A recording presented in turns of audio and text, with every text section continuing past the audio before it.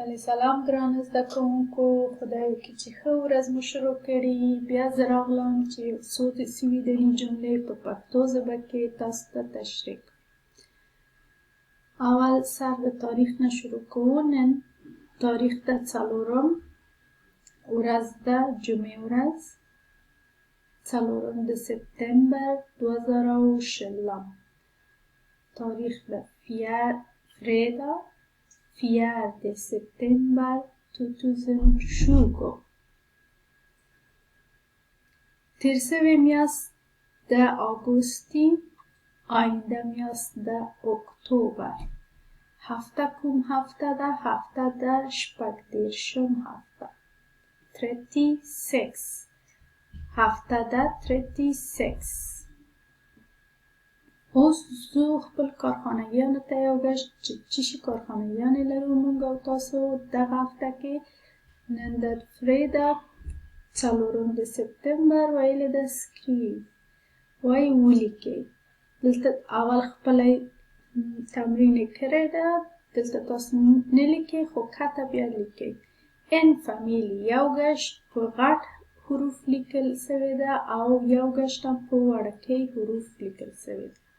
تاسو باید اوسې کوئ چې ان فامیلی ولیکئ. ان ماما یو مور، ان فامیلی یو فامیل، ان پاپا یو پلار، ان سون یو زوی، ان دوتر یو جلکۍ، ان برور یو ورور.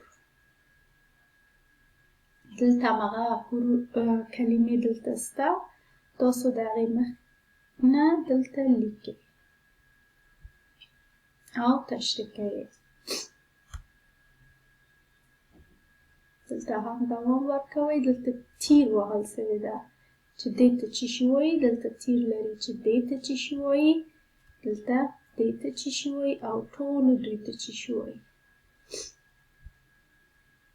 دا هم د نن ورځ کارخانګي ده. دا ډېر مهم ده چې تاسو داسې ښایسته او منظم چوکات کې ولیکئ.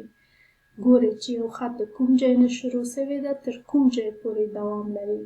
دې کې ډېر کوشش کوئ چې د تاسو خط ښایسته سي ورسره. Föräldrar mor och plar ته وایي. Föräldrar مور او پلار. دلته ځینې سوالونه ده. ویل ده vad heter din mamma؟ څه نومیږي د تا مور؟ دلته تاسو جواب ورکوئ. Hon heter دغه شی. Vad heter din pappa؟ څه نومیږي د تا پلار؟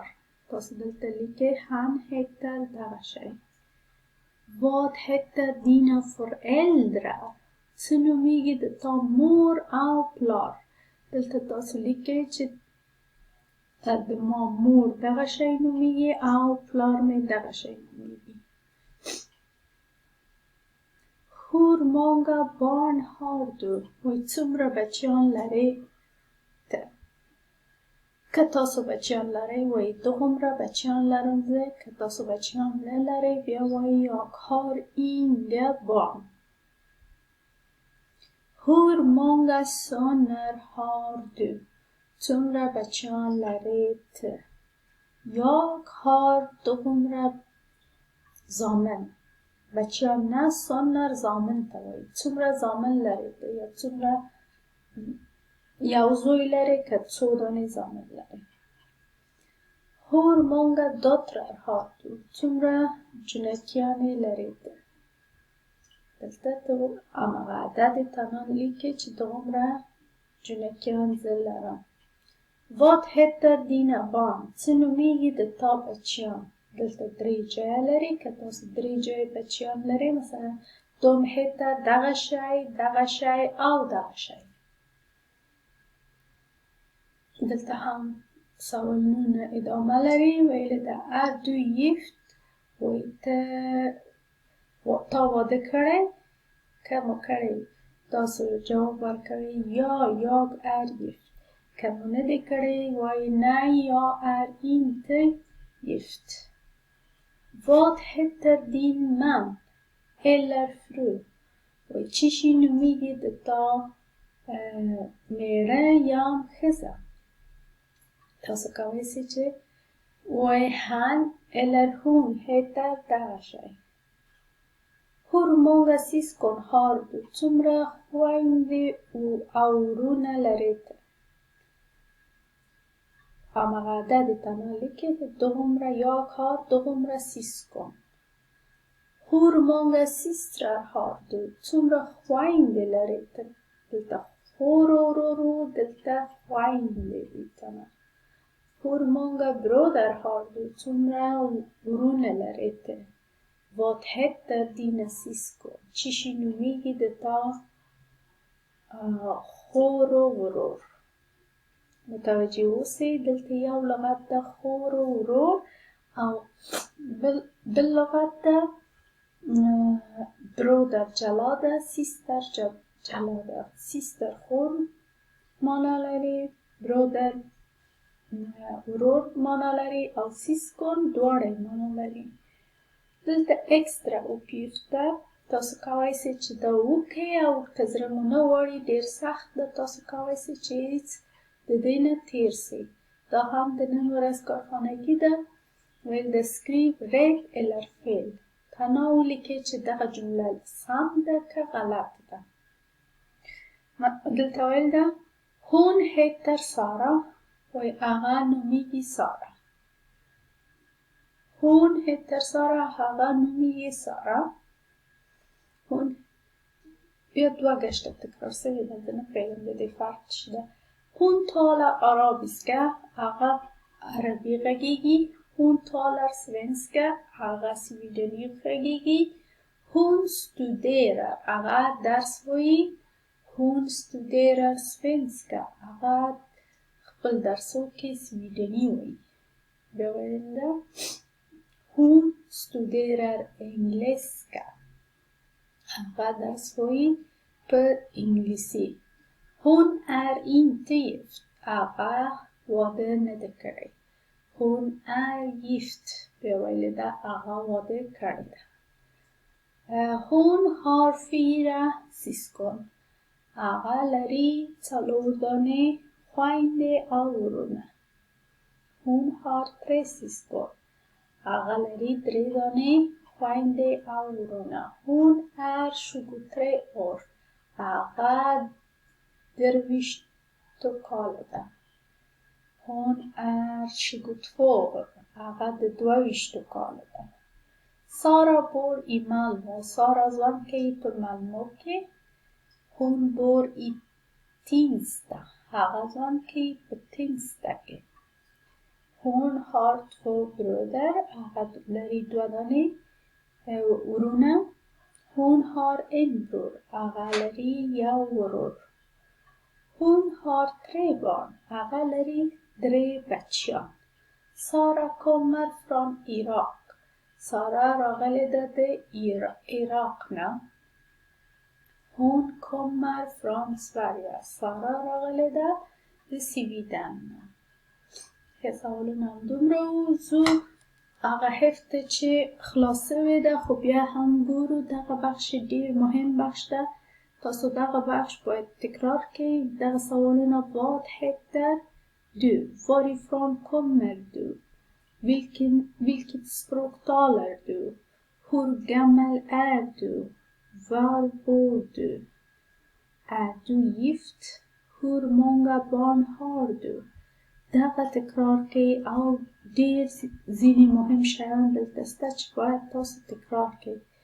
دغه تاسو باید وکولی شئ چې خپل ځان، خپل فامیل ټول تشریح او معرفي کړئ. مثلا تاسو چیرې ژوند کوئ، څو کلن یې، واده مو کړی نه دی کړی، بچیان لرئ نه لرئ، څومره خویندې ورونه لرئ، دغه شیان. او دغه درسونه هم لږ تکرار کړئ. پس له دې یو ورکوټي پاورپوینټ ده. دغه ګورو دلته څه شي ده. دا د سارا په مورد کې ده. Hon heter Nimo. وایي د دې نوم ده نیمو. نیمو خو نه ده میبینم. وایي nej. دوه آپشنه لرو. یا وایي یا هم وایي nej. د دې نوم سارا ده، نیمو نه ده. وای nej. Hon har 3 syskon. Oj. Da لري 3 دانې خویندې ورونه. Hon har 3 syskon. Ja. Hon är 22 år. Ja, بله هغه د 22 کاله ده. Hon har 2 bröder. وای هغه لري 2 دانې ورونه. Ja, بله هغه 2 دانې ورونه لري. Hon heter Sara. Ja, بله هغه نومیږي سارا. Hon talar arabiska. وای هغه خبرې کوي په عربي ژبه. Nej, hon talar inte arabiska. Nej. Hon har 3 bröder. وای هغه لري 3 دانې ورونه. دا غلط ده، 3 دانې ورونه نه لري. Hon är gift. وای هغه واده کړی ده. که کوم واده یې نه دی کړی. Nej. Hon har en syster. وای هغه لري یو خور. Ja, بله. Hon kommer från Somalia. وای هغه راغلی ده د سومالیا نه. دا د سومالیا نه دی راغلی. Nej. Hon kommer från Sverige. وای هغه راغلی ده د سویډن نه. د سویډن نه راغلی ده.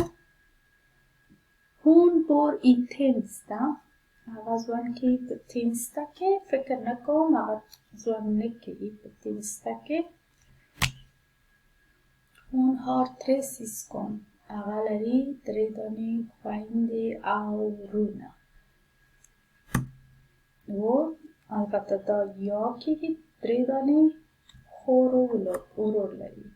Hon bor i Malmö. Ja. Hon har 3 systrar. هغه لري 3 دانې خویندې. نه 3 دانې خویندې نه لري، یو خور لري. Hon talar svenska. هغه خبرې کوي په سویډني ژبه. Hon har سویډني ژبه البته صحیح ده. پام وایي چې دا صحیح ده. Hon har 3 syskon. هغه لري 3 دانې خویندې او ورونه. دلته ویلې ده سارا لري یو ماما یو پاپا. دا سارا ده، دا مور ده او دا هم پلار ده. یو ورور او بل ورور. 2 دانې ورونه لري او یو دانه خور لري. دا د سارا فامیل ده. مور پلار دواړو ته فورلدرر هم وایي. دا دواړه لري 4 دانې بچیان. De har 4 barn. یا خدای وکړي چې تاسو پوه سوي یاست. بیا هم که کوم سوال تاسو ته پیښي تاسو کولی سئ چې ما سره یا ملیسا سره په تماس او پوښتنه وکړئ. ښه ورځ ولرئ، ښه وخت. خدای مو پامه.